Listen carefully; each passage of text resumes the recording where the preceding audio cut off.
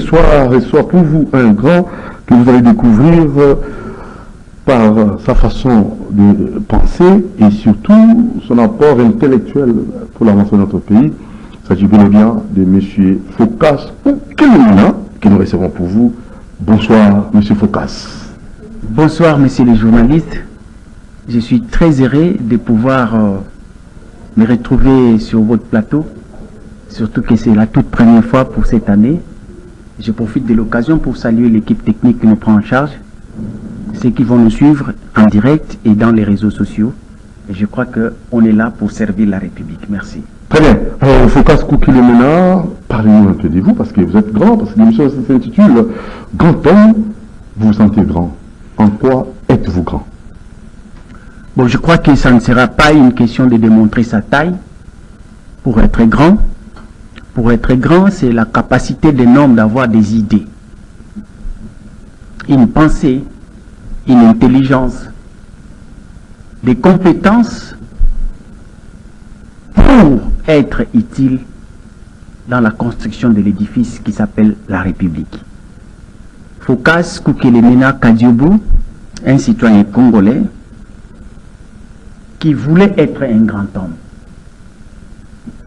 Un grand homme. Qu'est-ce qui vous a perturbé? Non.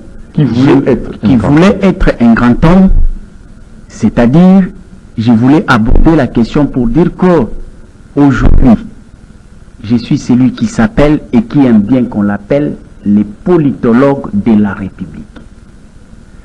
Le politologue de la République signifie quoi? C'est cet homme qui voulait être réellement un grand homme pour la République, pour que je puisse contribuer d'une manière efficace dans l'édifice Congo. C'est pourquoi j'ai décidé d'abandonner le monde des affaires, parce que bien que j'étais un homme qui était déjà bien assis sur le plan de moyens, mais je n'ai pas accepté de rester un petit homme avec beaucoup d'argent.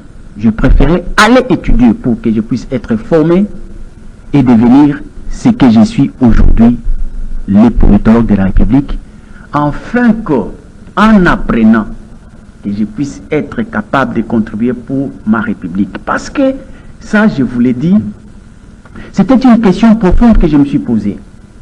Quand j'étais commerçant, je voyageais partout ailleurs. Mais, je me posais toujours une question fondamentale. Pourquoi on nous renseigne que notre pays est un pays potentiellement riche, mais un peuple qui souffre piteusement? Paradoxal, hein? Très paradoxal. Alors, tout cela m'a poussé pour aller me former, afin que j'aie des réponses claires. Vous l'avez? Oui, effectivement, au travers. Quand j'étais commerçant, je ne pouvais pas. À tout ce que nous avons fait. Quand j'étais commerçant, M. Doudou, je ne pouvais pas répondre à cette question. Mais dès lors que j'ai décidé d'aller à l'université pour apprendre, pour interroger les savants qui ont réfléchi sur d'autres nations, alors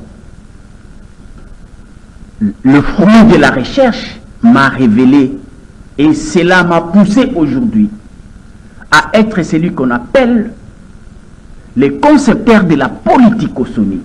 La politicosomie, c'est quoi au fait, monsieur Doudou? C'est une conception que j'ai créée. La politique?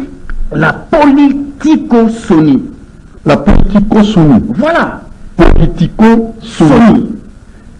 C'est un concept que j'ai créé. Vous en êtes le concepteur? Oui, je suis le concepteur. Quand vous attendez le mot, vous paraît nouveau. Je suis le concepteur et du concept et du fond. C'est-à-dire, pour expliquer quoi? Toutes les réflexions politologiques, donc toutes les réflexions sur la gestion de la cité, que moi j'ai eu à avoir dans ma tête, après avoir écrit cela comme des ouvrages manuels, mais j'essaie un peu de véhiculer ces messages-là par l'approche sonore. Parce que sachant que mon peuple, l'Africain, est toujours accro à la musique, au son, à la mélodie, que de faire la lecture, je me suis dit, je ne peux pas faire pourrir mes réflexions dans les ouvrages.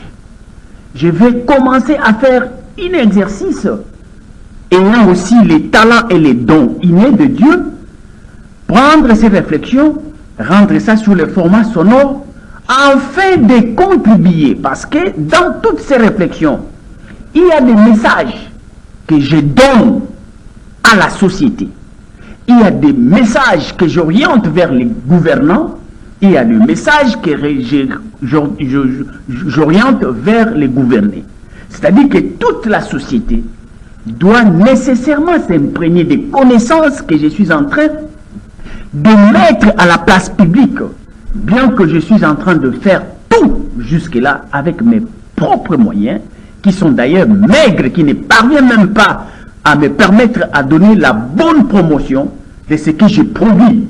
Et pourtant, si on était dans d'autres cieux, je vous dis réellement, Phocas, les grands politologues de cette République, ne seraient pas là où je suis.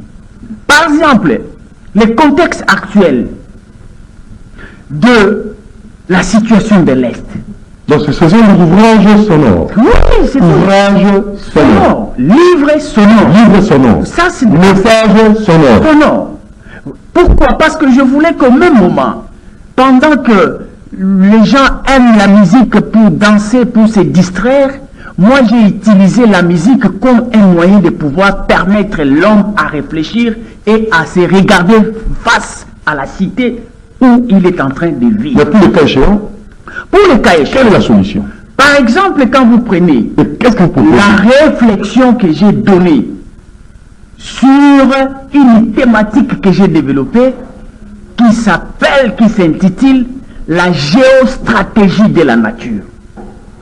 Vous pouvez vous imaginer, j'ai créé ce concept-là, la géostratégie de la nature. Dans la géostratégie de la nature, qu'est-ce que je suis en train d'expliquer? Je prends la nature après avoir l'observé.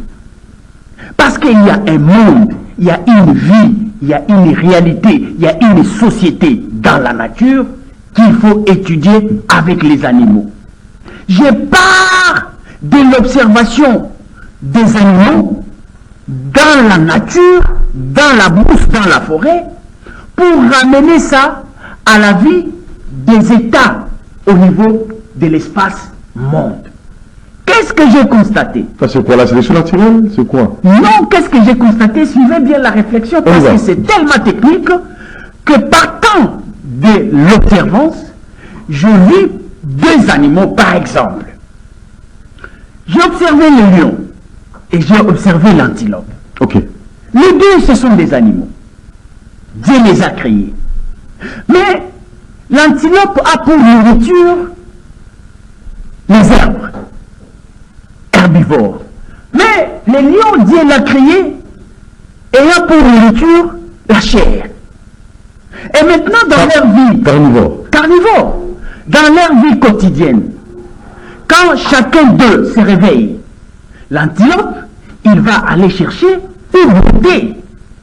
Et le lion, quand il se réveille, il va aller chercher où trouver la chair pour manger.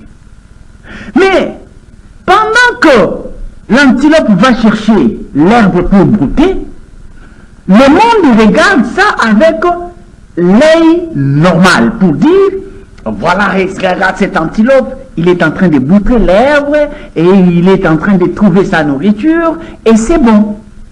Mais quand c'est bon à voir, hein? C'est bon à voir et vous ne faites aucun commentaire. Or qu'en faisant cela, l'antilope est en train de nuire aussi l'herbe qui est aussi une espèce qui devait vivre. Mais parce que Dieu l'a créé herbivore, donc il doit consommer pour que lui puisse survivre. Si cette antilope ne bouffe pas l'herbe, pour dire que Dieu aussi a créé l'herbe pour que l'herbe puisse exister et persister, donc c'est cette antilope-là qui va mourir enfamée. De l'autre côté, c'est un lion qui doit sortir pour aller aussi chercher sa survie. Mais lui, il voit l'herbe, il passe. Et nous trouvons cela normal. Mais quand il voit l'antilope, il dit, voilà maintenant ma nourriture. Et le lion va commencer à guetter d'abord l'antilope. Il va commencer à les pourchasser.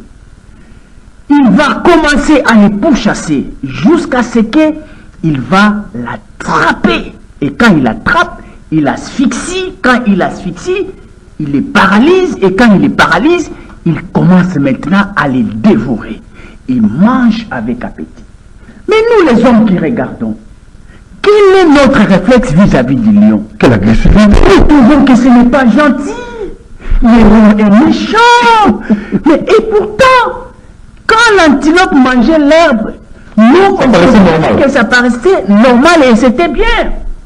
Mais si ce lion-là ne mangeait pas l'antilope, mais c'est lui qui meurt, il va mourir, il ne va pas survivre.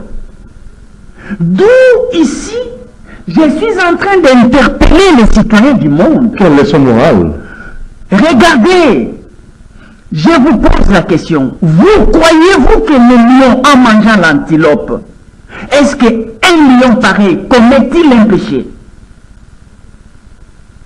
Mais oui, c'est ça. En fait, c'est une géostratégie que je suis en train d'étudier dans le monde animal pour appliquer ça dans la vie des États dans l'espace monde. Et la réponse est telle que, oui, dans l'espace monde, il y a une vie des États. Les États vivent comme les lions, comme les antilopes, comme les léopards, comme les éléphants, dans leur espace monde. Et là-bas, chaque État doit survivre. Donc vous êtes très fort. Mais chaque État doit survivre. Il y a des États qui ne peuvent survivre qu'à cause de la présence des autres États. Si eux ne font pas l'effort d'aller puiser, d'aller traumatiser, d'aller asphyxier, d'aller prendre la chair des États faibles pour consommer afin qu'ils deviennent puissants. De là, vous me rejoignez, non? La sélection naturelle, le plus faible tombe. Mais oui! Le plus fort reste. Donc, je parle de cette démonstration pour vous démontrer que quand vous êtes déjà citoyen dans un espace étatique dans le monde, il faut bannir la réflexion de croire que dans cet espace monde, il y a une notion de bonté, il y a une notion d'amour. Ici, c'est une question de rapport de force. Pour survivre, il faut être sûr que celui qui est en face de toi ne peut en aucun cas tenir. Parce que fait l'antilope intelligent? L'antilope intelligent, il ne peut pas en aucun cas aller chercher à brouter l'herbe dans le rayon où il sait que le lion a tendance à pouvoir se déambuler. Un antilope intelligent doit quitter ce milieu-là pour aller un peu plus loin. Sachant que de ce côté-là, le lion n'a pas toujours été présent. Pour le cas, par exemple, je vous donne un exemple. Rapidement. La Chine, à un moment donné, fut un antilope comme la RDC. Mais la Chine a compris que comme moi, je serai en contact, j'irai vers le pâturage où le lion est en train de rôder à tout moment, c'est-à-dire les États-Unis, le Canada, la France, tous ces États-là puissants. Il y a eu un moment où un antilope qui s'appelle aujourd'hui la Chine a décidé de ne pas côtoyer ce monde-là. On a appelé ça quoi? Une manière de se mettre à l'écart du monde pour se former, se construire. Et le jour qu'il est apparu dans le monde des lions, des éléphants, il n'était plus antilope, il était un antilope gaillardi, très puissant, et il l'a regardé en face. Et comme vous le savez, les grands ne se mangent jamais.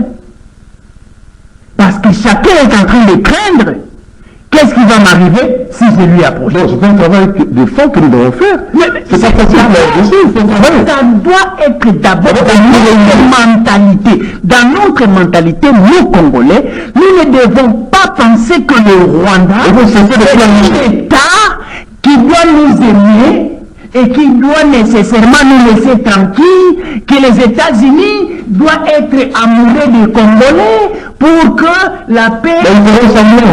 Non, ce n'est pas un principe qui doit exister dans la vie des États. Donc, nous devons... Donc, en conclusion, il faut que les autorités et les citoyens des États aient cette notion de la géostratégie de la nature. Parce que les États naissent, grandissent et disparaissent. Donc vous pouvez pas faire je vais vous démontrer que la Chine est née, la Chine a grandi et aujourd'hui la Chine s'impose. Et s'il ne continue pas avec cette allure de maintenir la puissance, la Chine peut disparaître encore. C'est le cas du Congo. Si le Congo ne réalise pas qu'un jour le Congo était né et que le Congo est en train de passer des moments très difficiles, s'il ne conçoit pas cette idée de la géostratégie de la nature que j'ai mis en exergue, et j'ai pris le morceau, j'ai mis ça à la place publique. Si votre chaîne pouvait permettre d'aller sur YouTube, taper la géostratégie de la nature de Phocas Kokelemena. La notion, elle est là.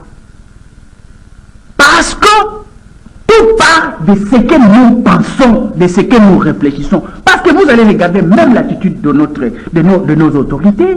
Nos autorités, ils permichent.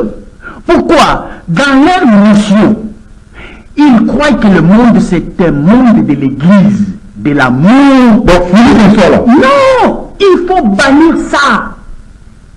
Les États ne peuvent en aucun cas vivre dans une dimension d'affection.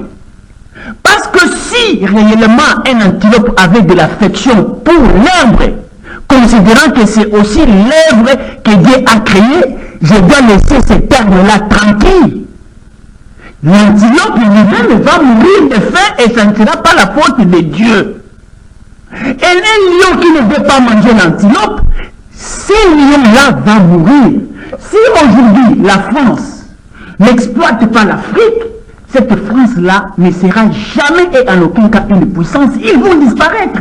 La Russie aujourd'hui est en train de devenir grande puissance parce qu'il a compris qu'il était capable d'aller consommer la chair de l'Ukraine pour que lui soit puissant encore davantage et qu'il soit craint et respecté. Si, le jeu est ainsi.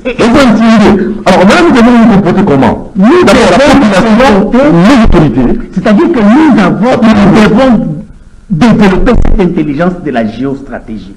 Tant que tu sais que tu es faible dans les rapports de force, tu ne peux pas aller brouter l'arbre là où les lions et les grands carnivores sont en train de se balader. Ils vont t'engloutir. Ils vont te consommer. Et c'est le cas. Les institutions de Bretton Woods, la Banque mondiale, le FMI, tout ce que vous voyez là, ce sont des pièges que l'Occident, comme puissance, avait mis à la place pour attraper tous les petits pays. Dès que vous rodez ces institutions-là, et là vous les retrouvez parce que ce sont eux qui dictent ces institutions-là. Ils ne peuvent en aucun cas vous laisser tranquille. Ils vont vous exploiter. Parce que, au fait, et ils ont réfléchi ces institutions-là pour qu'elles puissent demeurer puissants. Et donc, le monde. Mais oui. Encore une fois, en dehors de la géostratégie de la nature, j'ai aussi une réflexion que j'ai pondue de vous alerter. Alors, je n'essaierai jamais de vous alerter de ces grands dangers qui guettent la RDC. C'est quoi les grands dangers? Il faut le savoir, mais c'est doudou. La RDC, heureusement ou malheureusement, est le seul pays au monde détenteur de minerais stratégiques. Que le monde a besoin. Ça, c'est encore plus grave. Alors nous devons être trop forts pour protéger ça. Imaginez seulement, aujourd'hui, l'ordre mondial, qui est une affaire de grands États, aucun puissant n'a jamais réfléchi de pouvoir cesser à réfléchir pour la question de l'hégémonie et de la domination. Quand on est grand, on ne réfléchit que pour rester grand jusqu'à ce que le monde cessera d'être monde. C'est pourquoi vous voyez tous ces puissants-là, quand ils réfléchissent pour des horizons 50 ans après, 100 ans après, 200 ans après. C'est-à-dire qu'ils ne réfléchissent pas pour reculer, avancer, mais pour avancer. Alors, mais qu'est-ce que maintenant ils réfléchissent? Sachant que tout ce qui est provision étatique, le minerai et consorts, sont des provisions qui sont exploitables et qui sont expirables. Vous pouvez aujourd'hui avoir du diamant, on peut exploiter ça et on peut terminer ça. Et le besoin est tel que les puissants du monde, ils savent que un espace où il y a une petite puissance inexistante, on ne peut pas vous laisser demeurer détenteur de minerais stratégiques. Sinon, vous risquerez de changer l'ordre mondial. Et on va perdre. Mais oui! Mais c'est ça la réflexion du monde. Mais comment concilier cela? Comment faire en sorte que nous puissions en même temps bénéficier et aussi dominer le monde? Ça, on peut faire ça dans une année, dans 3 ans, dans 30 ans, dans 50 ans. Oui, c'est un problème. On peut aussi avoir des... Je ne suis pas arrêté là. Une autre réflexion. Allez-y. Qui veut aller loin, prépare sa monture. J'ai tout dit dedans. Qu'est-ce que je suis en train d'expliquer? L'approche historique, c'est quoi? C'est-à-dire que c'est une intelligence qui nous permet à faire ce qu'on appelle la remise en question. De savoir d'où nous venons, où sommes-nous et où nous voulons partir. La première question, c'est de se poser, qui sommes-nous? Tozali banani.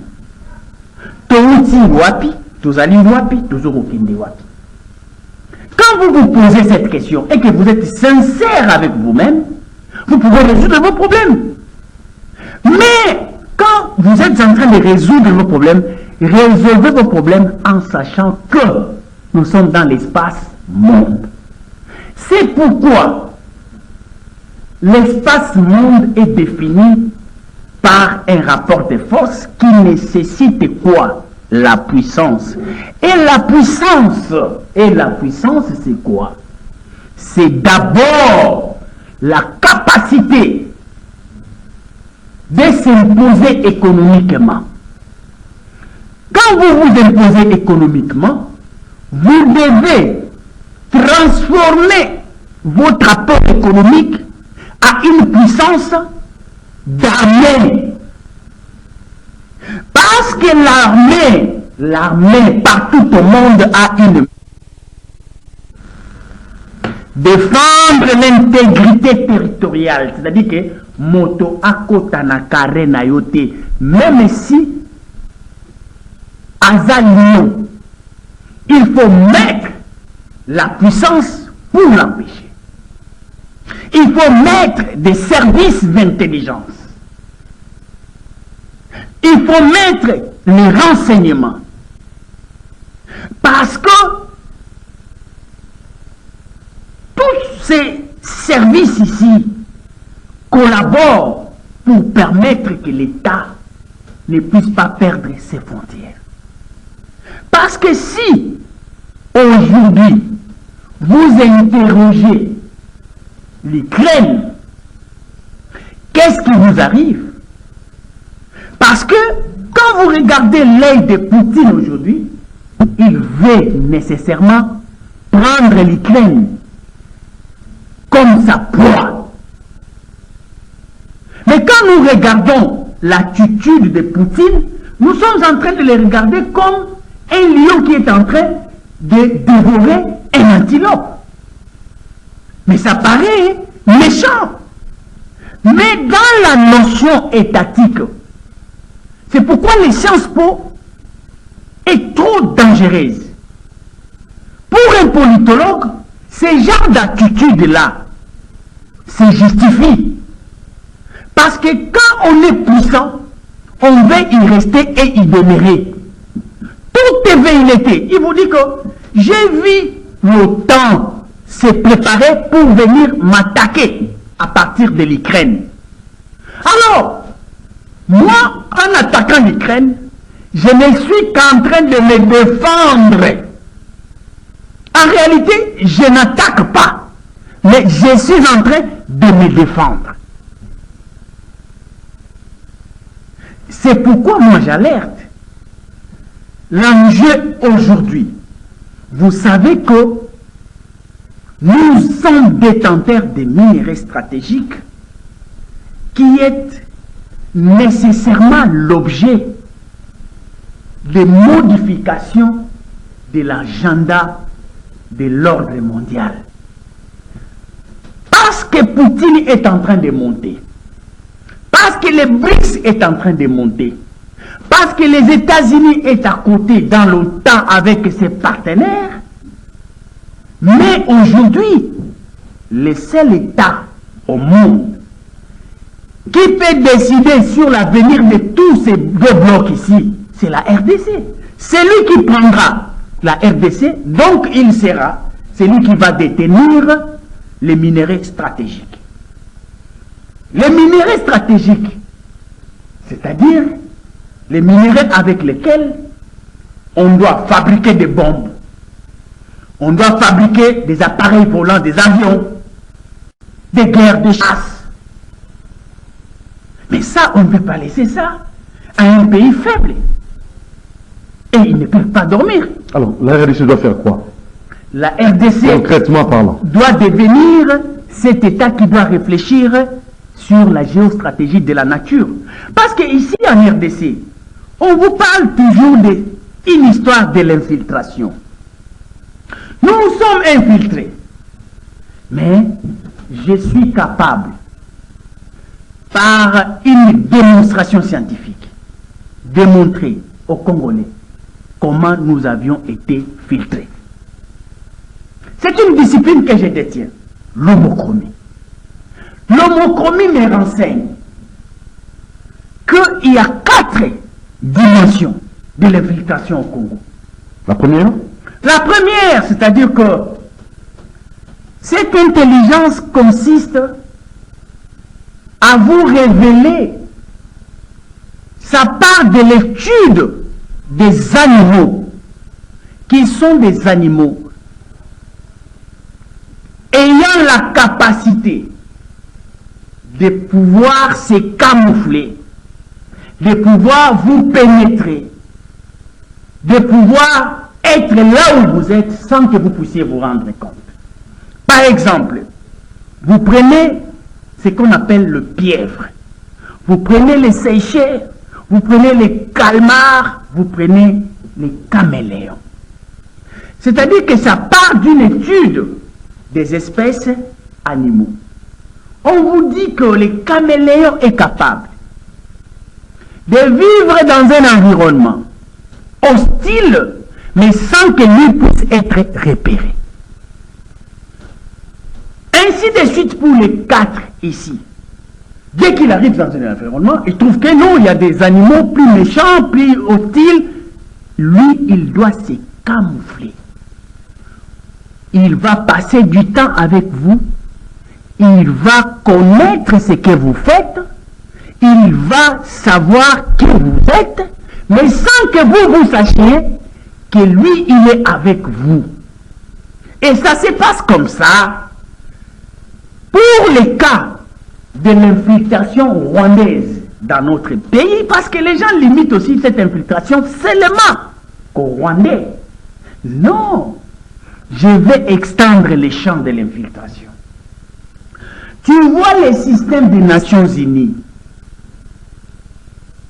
c'est un système d'infiltration. Comment ça? Mais quelle est la mission de l'ONU dans un État? C'est de recueillir toutes les informations. Quel est le service des ambassades? C'est de requérir toutes les informations.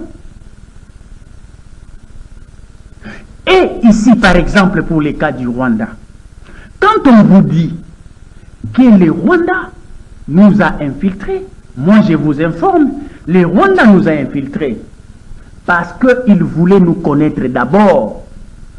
Alors pour nous connaître, il faut nous infiltrer. Et comment? Le Rwanda, à un moment donné, a été soutenu par les institutions du monde pour donner des bourses aux citoyens rwandais qui sont venus étudier dans nos universités, dans nos écoles. Posez la question à ceux du régime de Mobutu. Ils vont vous dire que beaucoup des enfants des Rwandais sont venus étudier ici. Ils ont étudié avec nous. Ils ont étudié notre géographie, notre histoire. Ils ont étudié notre culture. Et cette catégorie des enfants des Rwandais qui sont venus ici avec une mission, c'est ces étudiants-là qu'on appelle des pièvres. Ce n'est pas seulement la mission de vouloir étudier au Congo, mais non, c'était aussi une façon De nous étudier et nous comprendre facilement. ce que nous sommes, même sur le plan culturel. Ils se sont intéressés à nous. Ils ont joué le rôle du pièvre. Il y en a de ceux qui sont aujourd'hui devenus des politiques, des décideurs de la République démocratique du Congo. Mais pourquoi? Parce qu'ils se sont infiltrés. Je vous rassure qu'il y en a de ceux qui ont changé même de nom. Ah mais oui. On vous dirait qu'ici, il y a des Rwandais qui ont étudié ici comme des Rwandais. Oui, oui. Mais par la suite des événements, ils ont changé de nom et ils se sont déclarés Congolais. Ce n'était pas par hasard. Aujourd'hui, ce sont ces enfants-là qui sont venus étudier, qui sont des béquilles, qui sont des instruments de l'infiltration. Et c'était prémédité, préparé. Donc bien chronométré, Mais oui. bien étudié, bien élaboré. Oui. Encore une fois, comment ils nous ont pénétrés? Quand vous regardez, surtout pendant cette période de la gestion de Mobutu et le reste du temps, la plupart des autorités de notre pays Avec les femmes rwandaises. avaient des femmes rwandaises. Mais oui, ce sont des séchiers qu'on a préparés pour amener auprès des autorités parce que une concubine, une femme pour une autorité, c'est un élément d'espionnage, d'infiltration. Parce que parfois tout se décide en sa présence. Mais elle est en mission. Ce sont ces femmes-là qui ont tout donné. Les services d'intelligence, si vous interrogez Poutine, vous interrogez Fidel Castro, les services d'intelligence ne sont pas seulement ces agents que vous voyez ici de l'ANR qui sont ici en train de traquer les opposants et non, on peut élargir les champs. Parce que ce sont des personnes que vous ne pouvez pas identifier ayant une mission d'infiltration. Les femmes surtout. Les femmes. Les jolies femmes. Les femmes. Les jolies femmes de belles Les femmes. jolies femmes. Quand vous êtes dans une période de crise et de menaces, on développe les intelligences. Quels sont les moyens que nous avons? Quels sont les atouts que nous avons? Et les Rwandais ont compris que nous avons des atouts comme des femmes, qui sont vraiment des femmes qui peuvent nous amener de l'eau au moulin. Et ils ont réussi à faire ça. Encore une fois. Pas seulement au Congo. Seulement, ce sont des atouts qu'il faut faire avec. Même quand vous lisez la Bible, Samson était impuissant, un homme puissant. Mais on a utilisé qui? On a utilisé une femme pour aller l'affaiblir. Et cette intelligence-là demeure encore valable jusqu'aujourd'hui, M. Doudou. Vous prenez les calmars. Mais qui sont les calmars? Mais ce sont tous ces hommes des armes qui ont infiltré notre armée par le mécanisme de brassage que nous avons à un certain moment accepté, et cela nous a été imposé, vous le savez. Pour cesser qu'il n'y ait plus rébellion, pour cesser, pour qu'il n'y ait plus mécontentement, faites le brassage. Et quand vous brassez comme ça, c'est-à-dire que vous ramenez des calmars dans votre système de sécurité, et là, d'office, ça paye. Et regardez, pourquoi en termes de nombre, nous sommes 120 millions, le Rwanda n'est qu'à 12 millions d'habitants. Mais comment nous pouvons être en difficulté de pouvoir éradiquer cette insécurité? Mais non, c'est parce que le Rwanda ne compte pas tout simplement à ceux qui sont au Rwanda. Le Rwanda compte beaucoup plus à ceux qui sont ici, dans notre armée.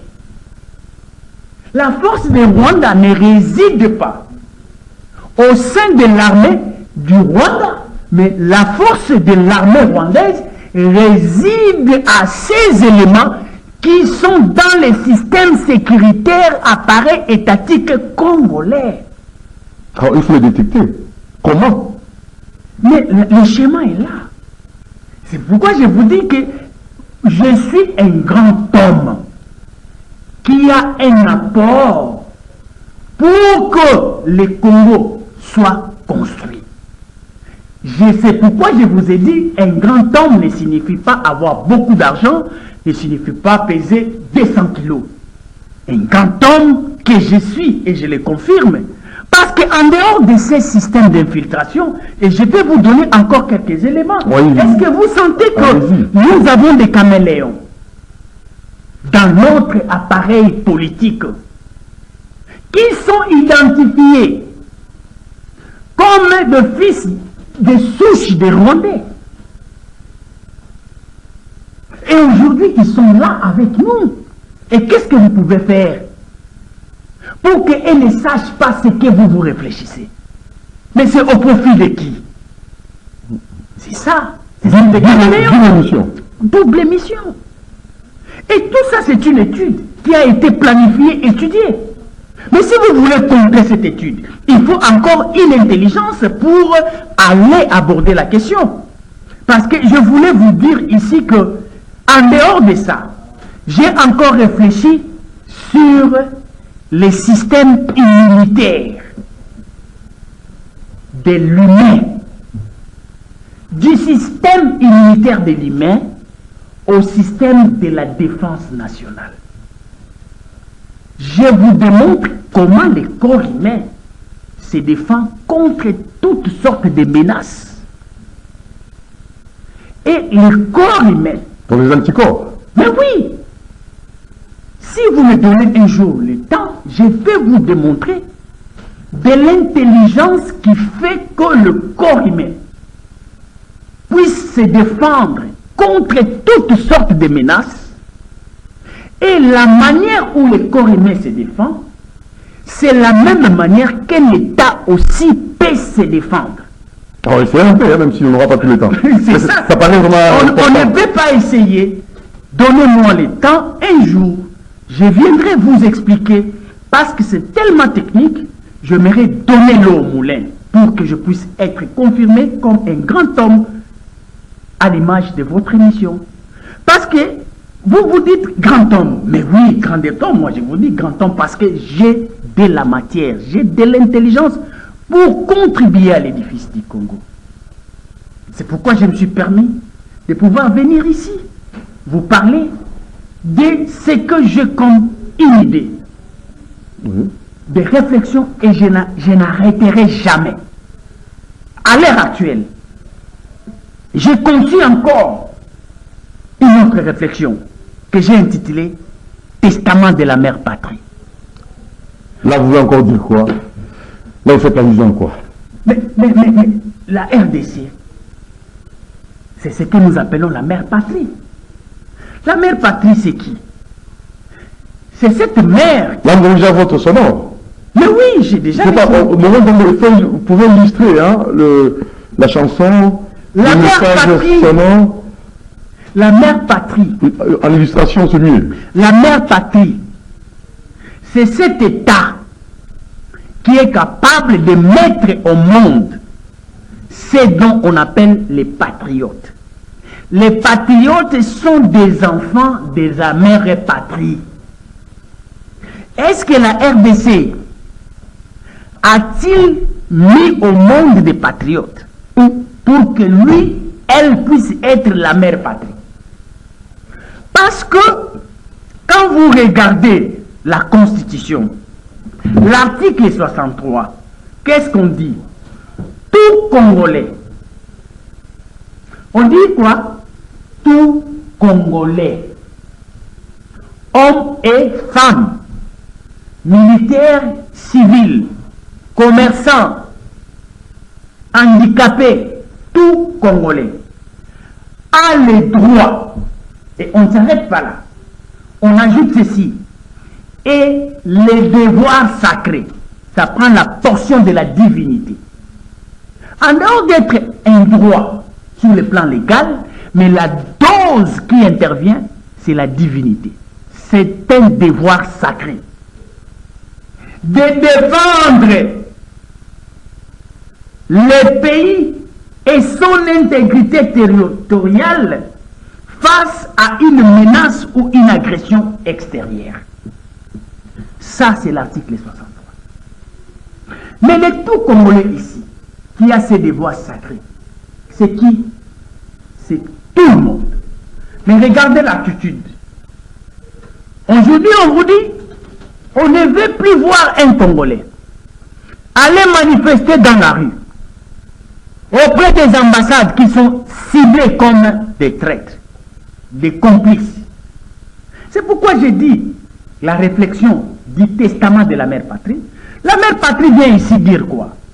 Le testament, vous savez que c'est quoi? C'est un instrument que quand quelqu'un est malade... On ne change pas ça. Hein? Non, non. Quand il laisse ça, il faut suivre. Hein? Voilà. Le testament, c'est-à-dire que quand quelqu'un sent sa mort prochaine...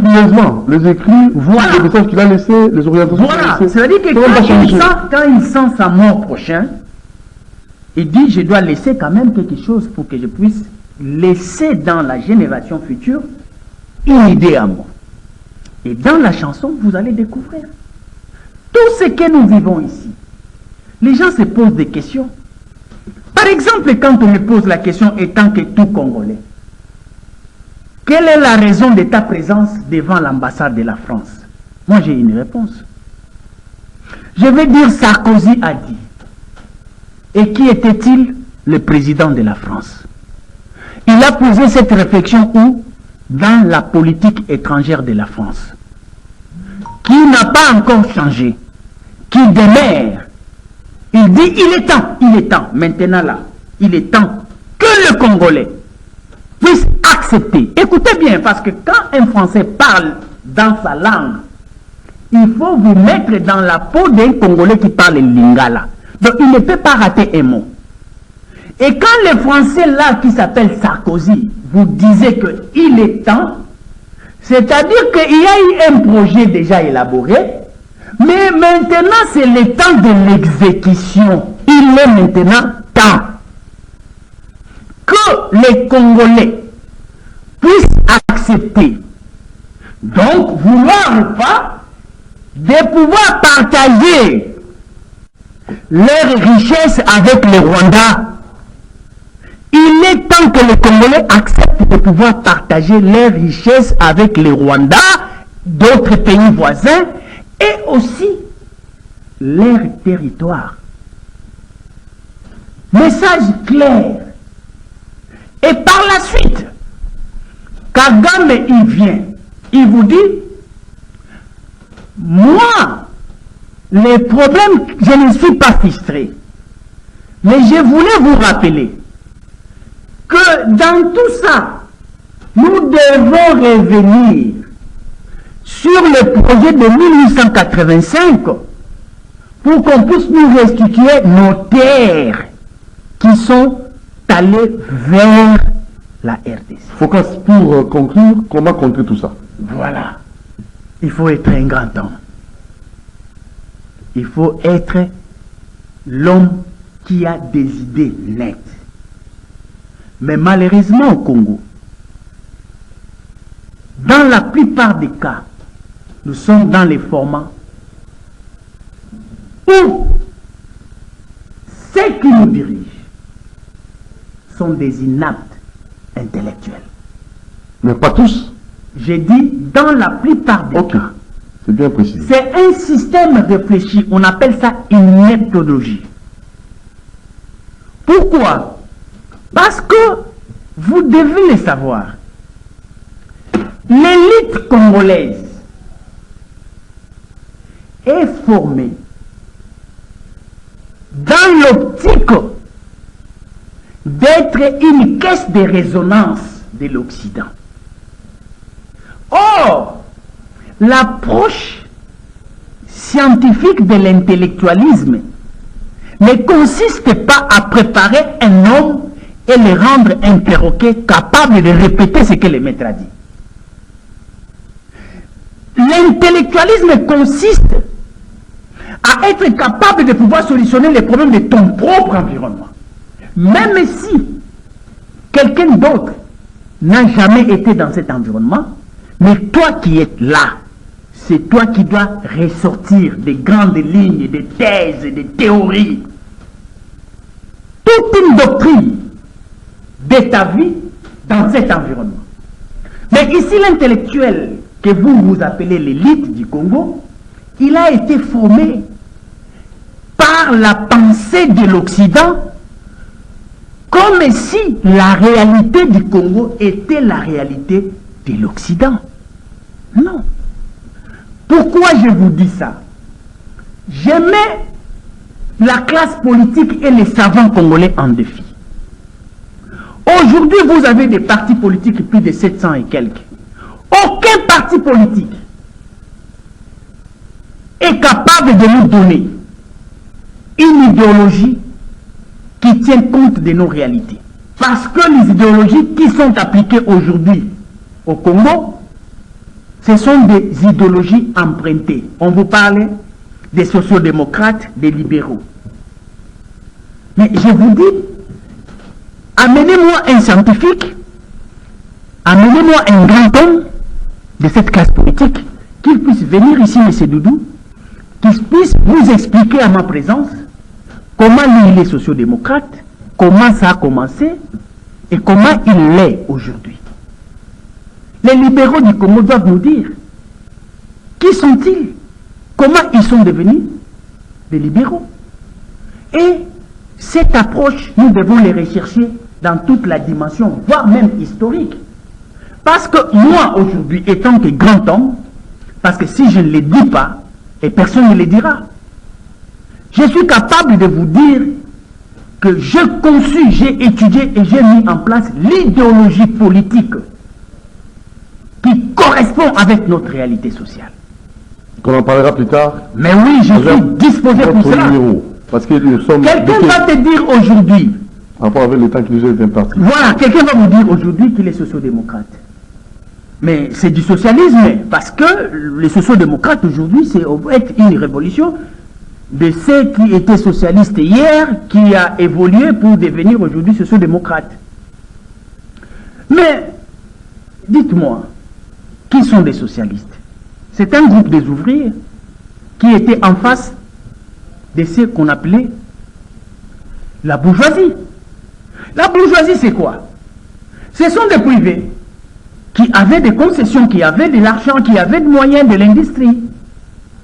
Et un jour, ils se sont, dans leur rapport entre ouvriers et patronat, ils se sont brouillés. Comme les ouvriers étaient une foule immense et que les patronats étaient une minorité, il y a eu révolte. Et de ces révoltes, les ouvriers se sont appelés les socialistes et ceux que vous appelez les libéraux. C'était ceux-là qui étaient les détenteurs des industries. Mais aujourd'hui, si nous devons partir de cette approche historique, ceux qui se déclarent aujourd'hui sociaux-démocrates, socialistes donc de naissance, dites-nous, ils étaient ouvriers à qui? Quels sont ces bourgeois-là que vous connaissez, qui existaient ou bien qui existent aujourd'hui au Congo, qui étaient entrés en coalition un jour avec ces ouvriers pour faire naître ces deux grandes idées? Parce que quand vous allez en Europe, à l'Occident, vous trouverez ces grandes idées fortes et leur origine historique telle que je suis en train de les expliquer. Nous devons donc il y a eu, attendez, on arrive à la fin. Oui. L'idéologie politique doit être une réalité du vécu. L'idéologie ne naît pas par le fait du copier-coller, non. L'idéologie doit être une réalité telle que je vous présente, que quand vous posez la question à un social-démocrate, il vous dit que historiquement nous étions des socialistes. Les socialistes, nous étions... Mais qui sommes-nous réellement? Alors, c'est ça. Qui sommes-nous réellement? Alors, mais vous parlez d'une classe politique, vous parlez d'une élite, mais qui ne vous dit pas qui êtes-vous? Ici au Congo, pour vous faire goûter, vous donnez l'élément de la réflexion. Je m'arrête là. Focus pour maintenant, vous comprenez, c'est un grand homme qu'on a reçu, et lui, on va parler... Appelez-moi prochainement, ouais. Je vais vous dire qui sommes-nous réellement? Et vous verrez que ce que je vais vous démontrer, c'est que nous sommes, et c'est cela la réalité, c'est ça notre vécu quotidien. Palpable. Palpable. Et d'ailleurs, ça ne sera pas étrange, parce que c'est notre vie quotidienne. Et une idéologie politique doit être conçue et comprise par ceux qui sont de vivants. Sans beaucoup de complications. Non. Merci Focus pour qu'on va recevoir le vendredi prochain. Il nous dira qui sommes-nous réellement, quelle idéologie appropriée, adaptée à notre réalité. Le rendez-vous est pris pour le vendredi prochain à 22h et le samedi à 9h la rediffusion. Merci beaucoup pour votre disponibilité. Merci. Merci beaucoup. Vous avez beaucoup impressionné par vos réflexions. Et j'ose croire que monsieur... Il s'appelle quoi? Ngimbi Strak Ngimbi est très content. C'est un grand monsieur aussi qui vous aime beaucoup, hein, qui a beaucoup apprécié votre passage. Merci beaucoup. Et voilà aussi nous Pezo Moronjambe Bounzinga et Christian Manjolo, pourquoi pas Susan Atunga et monsieur Ordilon qui nous ont aidés et surtout la réaction de Moronjambe. Merci à vous, monsieur Alain Taboukou qui nous suit en ce moment, et je n'oublierai pas aussi ses enfants. Je vois là Nathan Taboukou, Divina Taboukou, Joyce Taboukou et Dan Taboukou, Myriam Taboukou. Merci à vous. Merci aussi à la maison des prières, Cité des Ossements, M. Benjamin Nantiel, qui nous aide pour une bonne prière, qui a aménagé ces bocades pour permettre des prières sans nuisance sonore, respectant les normes environnementales et surtout la restauration, la bibliothèque. Vous priez sans beaucoup de complications. C'est sur l'avenue Suisse 42 bis. Allez-y, contactez Madame Charlotte au numéro 082 24 555 63 082 24 555 63 pour vos réservations. Merci à votre épouse adorable, maman Annie Kembe, les enfants Naomi et Keren Ansimbana. Nous sommes aussi à Brazzaville. Là, nous saluons son excellence Florent Tiba. Bien de bonnes choses à vous. Et M. Guichou Nkwa Moranzambe, je n'oublie pas aussi Alfred Madzou et Trésor Mbemba, M. Kouba depuis Beach Mobila. Merci à vous aussi. Alors, nous terminons en saluant Madame Dorcas Dor. Dorcas, c'est une dame, je vous informe, qui habitait ici à Kinshasa et se joue maintenant au niveau du Canada avec son ONG Action Plus. Et elle profite pour aider les orphelins, le veuve. Et elle nous a impressionnés. Elle a fait un travail, peut-être que les Blancs, les Canadiens sont vraiment fort surpris. Bénévole. Un travail bénévole.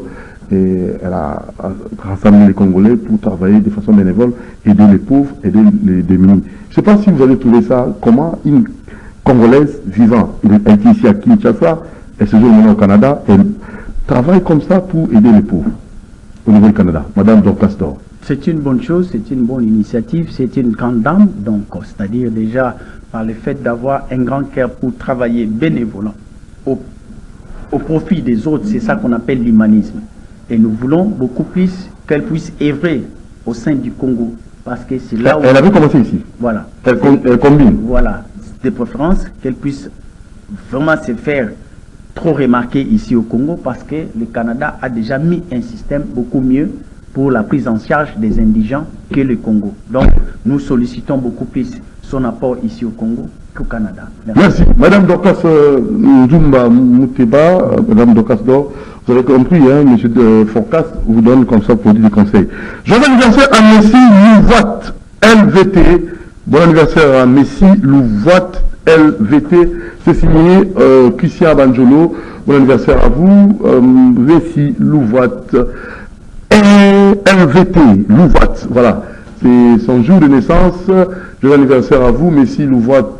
Louvoitou, LVT, Louvoitou. Voilà. Papa Christian Banjolo vous souhaite bon anniversaire et que Dieu vous puisse encore vous bénir davantage. Hein. Soyez sage, hein. Bien coiffé, hein. Quelle beauté. Un petit très beau. Et je crois que très prochainement, nous allons festoyer parce que la fête, c'est ce soir déjà. Christian Banjolo et tous les parents, papa et maman vous souhaitent un heureux anniversaire. Messi Louvoitou, LVT. Que du bonheur, souriez, soyez dans la joie parce que c'est votre jour de naissance. Encore et encore, bon anniversaire, Messi Louvoitou, LVT, c'est signé Christian Banjol. Ciao, nous vous aimons et nous allons vous retrouver très prochainement. Rediffusion demain à 9h sur votre chaîne. Doudou Montier vous aime, ciao.